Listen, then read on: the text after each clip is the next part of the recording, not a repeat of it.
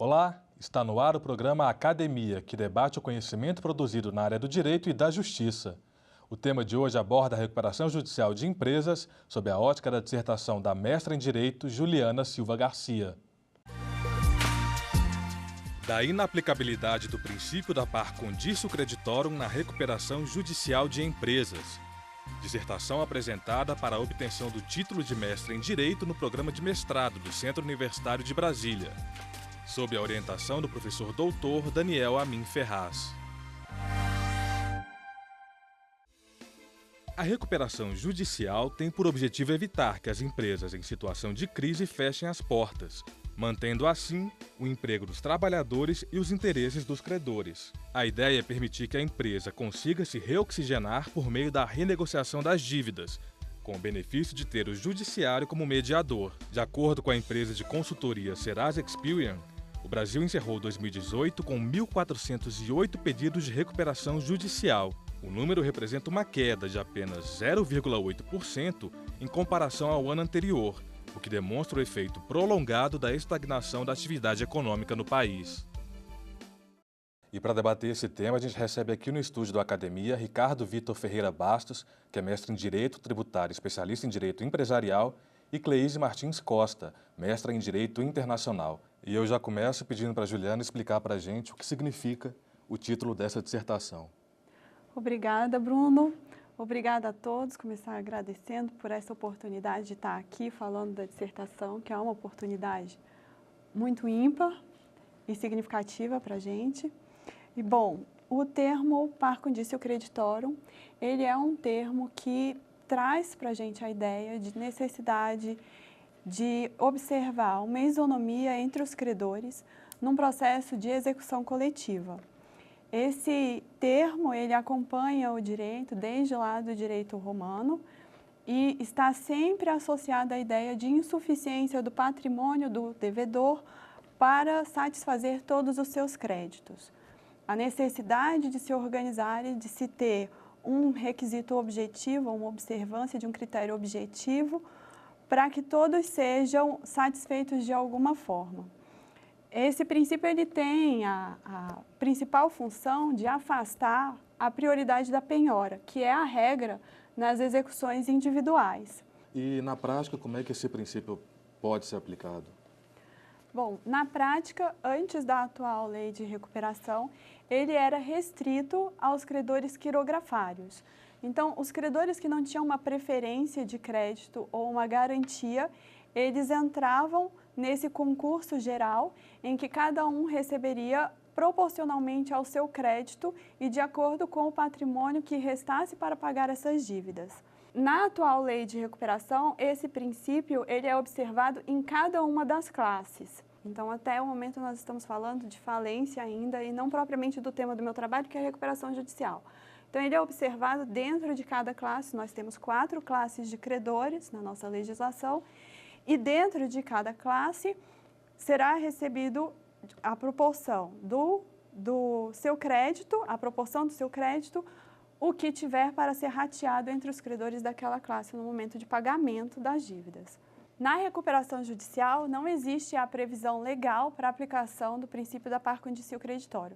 No entanto, diante da ideia de que a recuperação vinha para substituir a concordata que existia no sistema falimentar até a atual lei de recuperação de empresas, dá a ideia de que esse princípio também deveria ser observado. Isso porque na concordata só se alcançava os credores quirografários e era exigido que o pagamento e a forma de pagamento se desse com a observância do princípio da par conditio creditorum.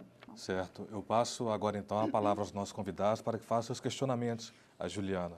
Bem, primeiro eu queria agradecer mais uma vez a oportunidade de estar com vocês. É sempre uma honra estar no Academia. Acho que é um espaço legal para a gente debater, né, temas que são relevantes demais para o direito.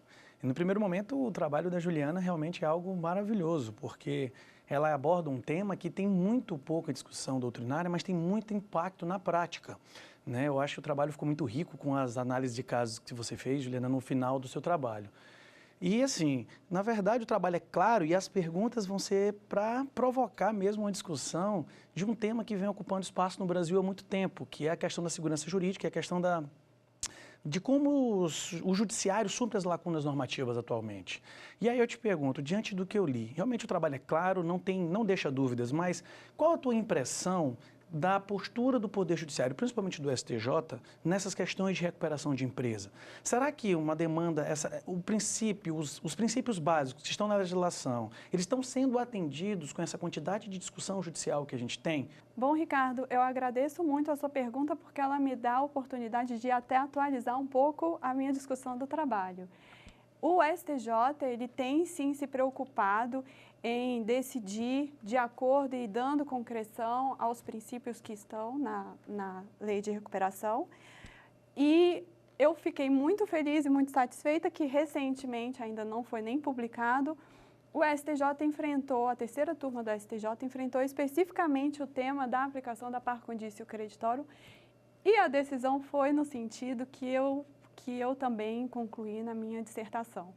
Então, a conclusão é, o princípio da par condício creditório, na recuperação judicial, ele não pode ter o condão de limitar a Assembleia de Credores, que é o órgão soberano. O STJ já vinha caminhando no sentido de assegurar a soberania das decisões da Assembleia Geral de Credores.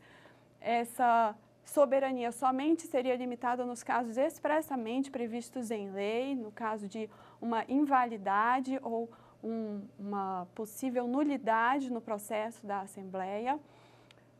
E a decisão do STJ vem concluindo que, assim como o trabalho, o princípio da par condício creditório, ele pode ser afastado por decisão dos credores em assembleia.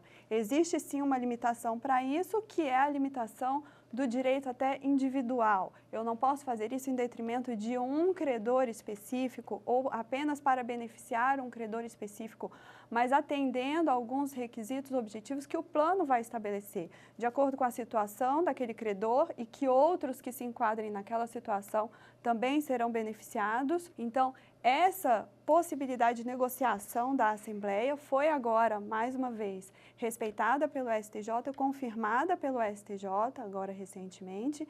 Então, foi uma felicidade para mim, né, que desenvolvi toda essa pesquisa e que passei tanto tempo estudando sobre esse tema. Cleise. Bom, agradeço também a oportunidade de estar aqui. O trabalho da Juliana é excelente, realmente fiquei muito contente em ver, porque recuperação judicial é efetivamente a área que me é mais cara, né? Então, é um tema que realmente eu considero extremamente relevante, sobretudo nos dias atuais, né?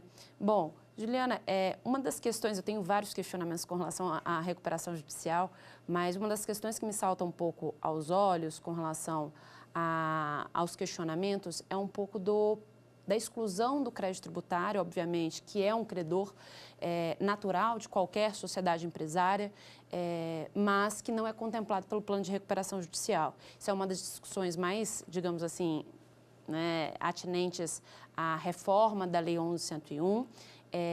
No entanto, isso faz com que a gente pense um pouco sobre a efetividade do processo de recuperação judicial, né? Além disso, também tem um questionamento que se refere um pouquinho ao poder de diferença de credores, porque a gente sabe que na Assembleia Geral de Credores o voto é por crédito, né? O que faz com que credores muito grandes tenham um poder de voto muito alto, né? Eu queria que você comentasse um pouquinho como limitar, ou se é possível ou não, a limitação do poder de um crédito muito alto, né? E se isso eventualmente poderia gerar algum tipo de discussão jurisprudencial. Bom, mais uma vez, uma pergunta excelente, temas realmente que dão para a gente passar a tarde discutindo, né? Ou o dia discutindo, mas, enfim, o afastamento do crédito tributário é, sem dúvida, um dos gargalos da recuperação judicial, principalmente porque a lei estabelece a necessidade das certidões negativas ou de um acordo de parcelamento para poder se entrar com um pedido de recuperação judicial ou se ter um pedido de recuperação judicial deferido. Antes da lei de parcelamento e de negociação de empresas de recuperação judicial com o fisco, havia uma jurisprudência tranquila no STJ de que essas certidões não poderiam ser usadas como condição, haja vista que a empresa em crise normalmente não paga seus tributos. Ela não tem condições de pagar e talvez créditos mais sensíveis, com créditos alimentares, ficassem prejudicados com esse pagamento. No entanto, a lei que veio também não parece satisfazer muito os devedores, porque ela pressupõe que você abra mão da discussão de créditos, e nós sabemos que o fisco muitas vezes extrapola no seu direito de exercer a tributação ou de cobrar um crédito tributário. Então, diante desse quadro, é um questionamento vivo, latente, que nós vamos precisar enfrentar. Ainda não está pacificado, está sendo discutido, como você bem lembrou, numa proposta de reforma da lei de recuperação e precisaremos enfrentar em algum momento. Acho que o ideal realmente é que os credores tributários também tenham a oportunidade de participar desse quadro de negociação na Assembleia Geral. Mas no momento não existe realmente essa previsão. Juliana, a gente vai fazer um rápido intervalo agora. Você continua a resposta no próximo bloco. E daqui a pouco a gente volta. Fique conosco aqui no Academia.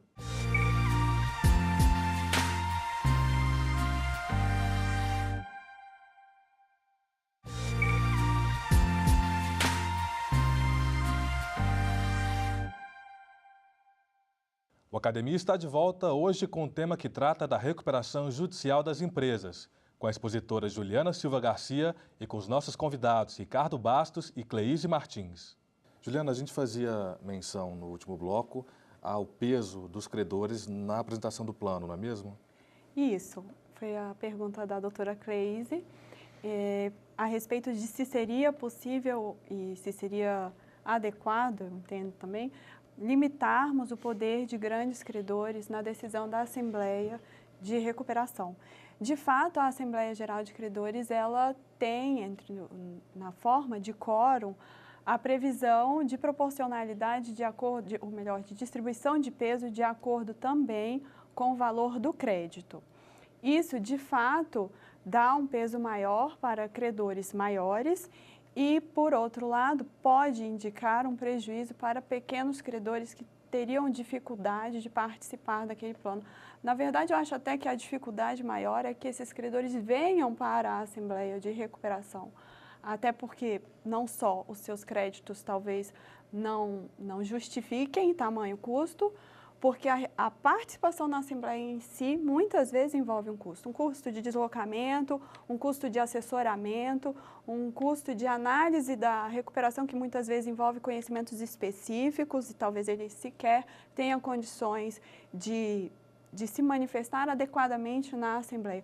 Nós notamos que, de fato, a presença dos credores na Assembleia é bem reduzida. E o quórum para instalação da Assembleia em segunda convocação é com quórum de presentes. Não existe um mínimo para a instalação da Assembleia de Credores em segunda convocação. Então, nós notamos na prática que, de fato, pequenos credores ficam à margem da negociação e da aprovação do plano.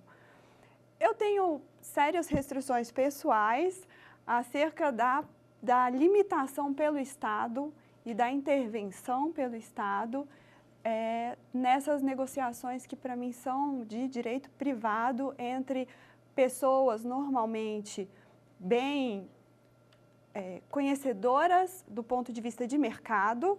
Talvez juridicamente exista aí alguma falha de informação ou alguma assimetria de informação, como os economistas adoram falar, mas ainda assim me parece que a intenção do legislador foi a de resgatar o que antes da lei de 45 foi regra no nosso sistema falimentar, que foi a participação dos credores, e hoje me parece que com mais razão, uma vez que a empresa ela tem um reconhecimento da sua função no mercado.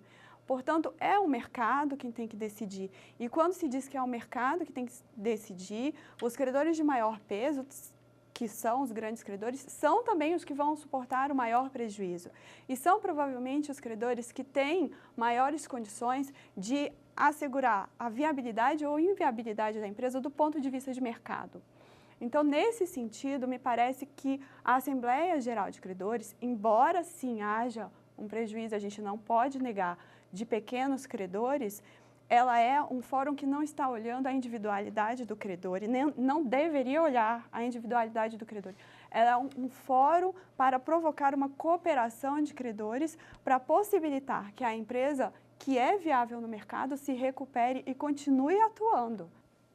Eu passo mais uma vez a pergunta para os nossos convidados. Cleise, por favor. Na verdade, o debate acerca de recuperação judicial é um debate extremamente, como já dito, relevante, né? E várias dúvidas ainda pairam, né? Uma das questões mais debatidas também na atualidade é a questão das travas bancárias, né? Que estão previstas ali pelo artigo 49, parágrafo 3º e parágrafo 4º da Lei 11.101. Que significam basicamente que os principais créditos a serem inovados não participam da recuperação. O que você acha sobre isso? Bom, esse é um debate que ele é acirrado, na verdade, desde a tramitação do plano de lei antes da sua aprovação na lei de recuperação.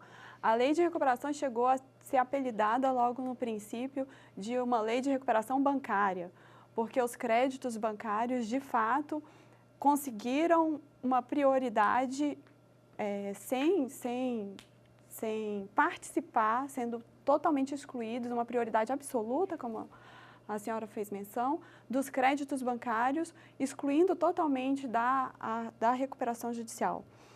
É um tema tormentoso, o STJ tem enfrentado em diversas oportunidades e sempre mantendo a integridade do previsto na lei de que as travas bancárias realmente estão fora.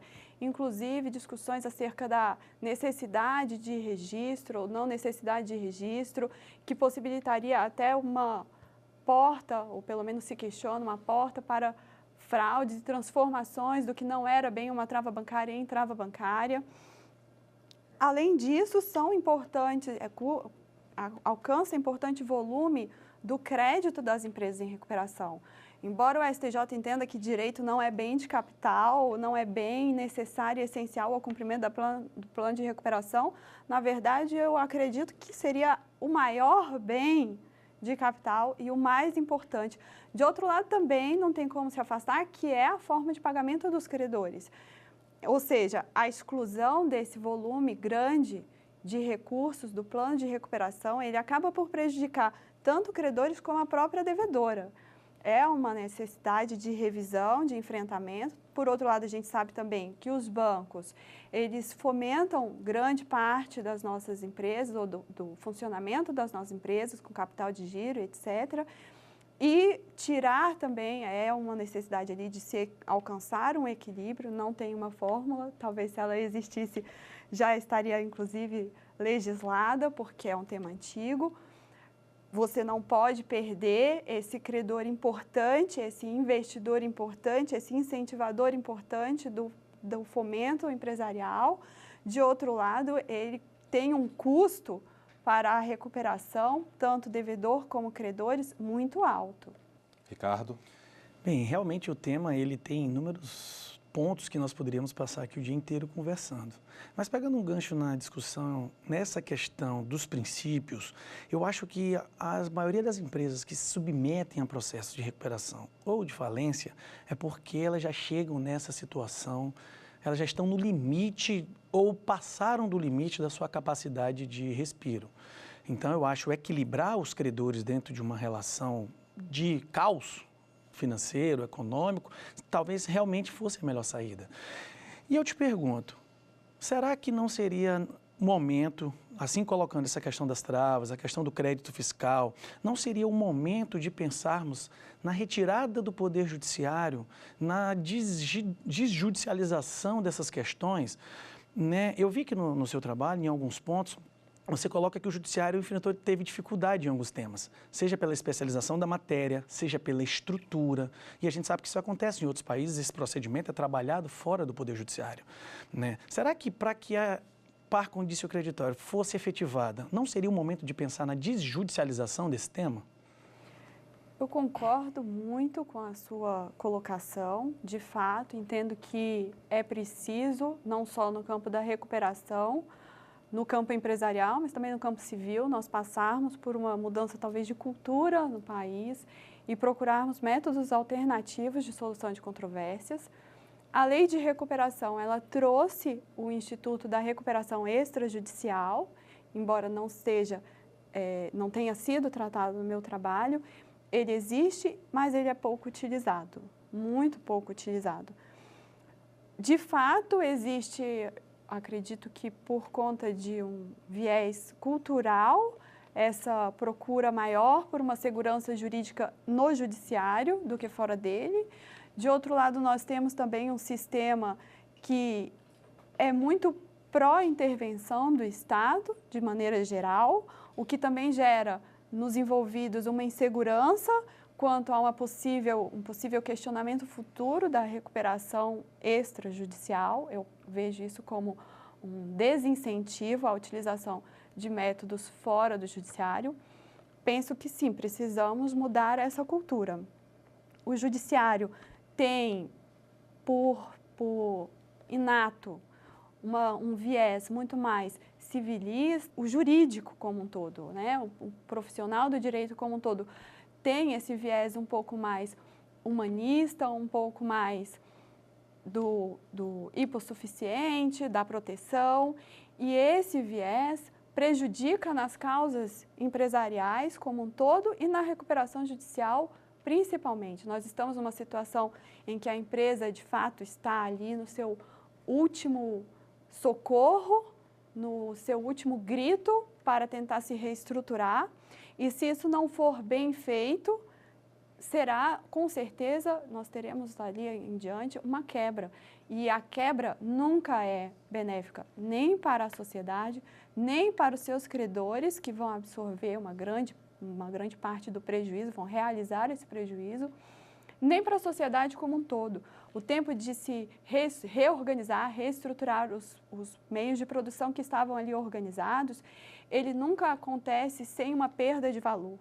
Então, tudo isso representa um prejuízo para a nossa economia, um prejuízo para a nossa sociedade, e é preciso que o jurista, ou o judiciário, ou o advogado, todos os envolvidos tenham uma visão um pouco mais capitalista de compreender que ali é uma decisão muito mais de mercado do que de direito. Juliana, obrigado pelas suas explicações, parabéns pelo trabalho realizado. E eu agradeço os convidados para participarem dessa discussão com a gente também. O Academia fica por aqui, mas você pode assistir a íntegra do nosso programa no canal no YouTube, TV Justiça Oficial. Até o próximo programa. Tchau!